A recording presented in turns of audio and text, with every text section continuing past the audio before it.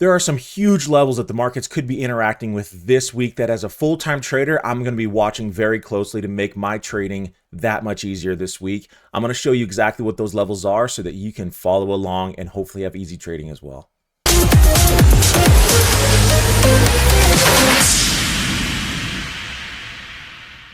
Every Monday, I make a video showing you the levels that I'm watching in the market so that you can be more prepared for the week ahead, make better decisions, and get better results in your trading. So let's dive on in. Today, we're going to be covering Qs and Weeble. So Qs are coming up into a very important bear level.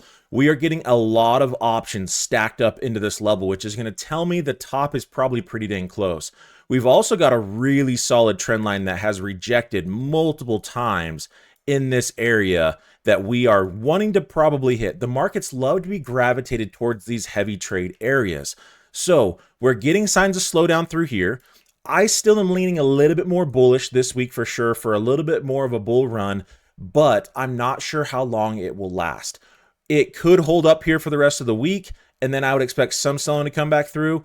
Or the second scenario is this trend line doesn't get interacted with yet and it starts to pull back into its other key bull level. So these are the two spots that I'm really watching for to trade on the Qs.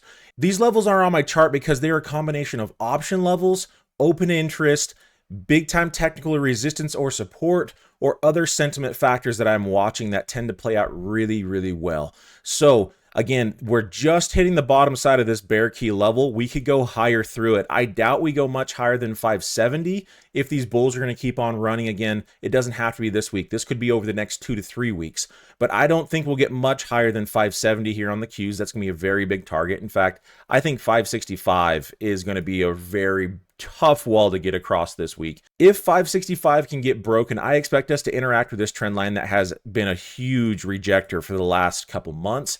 And that should be some pretty easy trades. Again, a great place for some profits, a pullback, and I still believe we've got higher to go. So I believe this is a short-term top here on the Qs and across the markets. We're most likely just going to make ourselves a pullback. There are too many big funds out there that are missing out on this huge move that are just begging for a dip. So where is that most likely going to come? I would say back into this key bull level around 540 down to 530 area. It could go lower. And I do have another key bull level down here around 510 to 500 here on the Qs. That is a fantastic buying spot. But this is also the old all-time high support. It's also a really nice technical level. Lots of options are starting to get built through here. And it's a 50 EMA here on a daily as well. So there's going to be a lot of bulls here. Whether or not they can follow through, that's going to be the big question. But definitely we'll be seeing some lower wicks and some buying happening in this area. The question is just when. So again, the scenario I'm watching here, we are extremely bullish. I'm not seeing signs that the bears are taking over yet, but it's extended and I believe it's close. So it could keep on running, but I'm definitely going to be looking for some bear signs and bear strength to come in inside this bear box here to see if they're taking over control and are going to start pushing us back into some key bull levels. It is very, very close. In my opinion, this is not a great buy area. I'd probably pass on that. This is a good day trading area. This is a pretty good area for selling some options, in my opinion. But to actually buy up through here, I don't believe the risk reward is there. This is for sure a profit-taking area here on the Qs. Again, if it can start to pull back, it doesn't have to get to this area. But if it does make it to this area, it's going to be a prime buying spot. I am planning my buy the dip entries on what I'm planning on doing with that, how I'm looking at buying shares, buying options, what I want to do. This is the spot where I want to start looking to buy. And it still might be a week to 3 weeks out before we get there. But the key is to be prepared. You want to be ahead of the markets. If you're always reacting to what's going on, you're going to really struggle to make money in trading. You've got to be able to see ahead a little bit. And so I'm looking ahead and going, all right, if it keeps bouncing strong, everyone's going to be like, this is so bullish, and it is. But this is a profit-taking area, and you can have dips when the bulls are still in control. And that's what people don't get. They don't understand that fact that you can have pretty decent pullbacks and still be in a bull trend. It's like that's how the markets move. You have these part 2 pullbacks before that bounce comes back in. That's the S curve. So that's what I believe is about to happen here.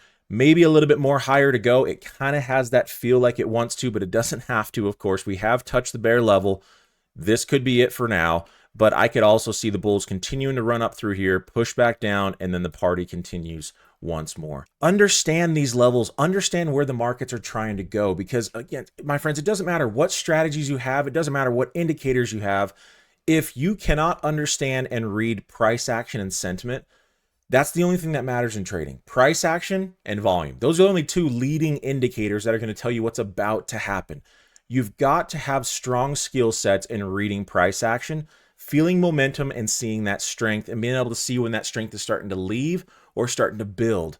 If you can do that, now you can apply that strategy at the right time, and that's where your success in trading is going to come in at. If you're struggling in trading, or maybe you're brand new to trading, we are giving away free trading courses this month here at Real Life Trading. So check out the links down below in the description to grab your free course and start learning how to apply your strategy at the right time, so that you don't have to just simply guess. You've got to understand volume and price action so you can see what's about to happen in the future, so that you can have a better probability and apply your strategy at the right time.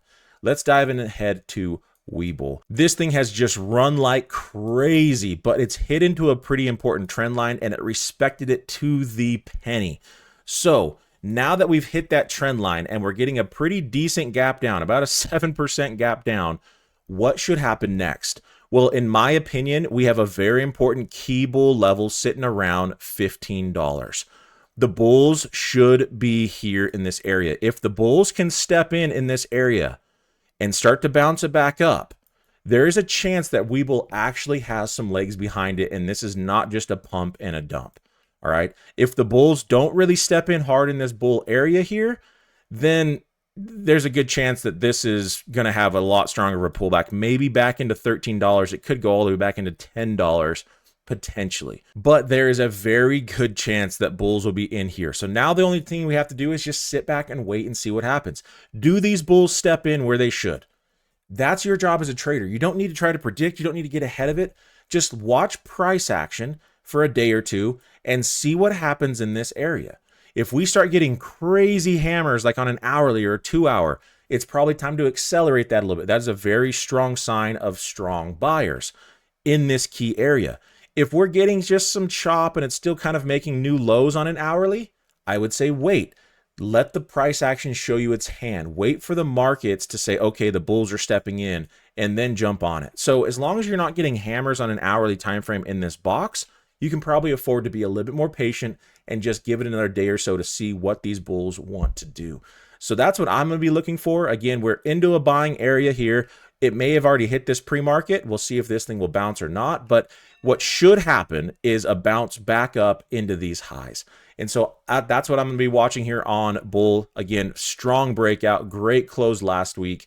Let's see if this will pull back in and give us something that looks like this over the next couple trading weeks.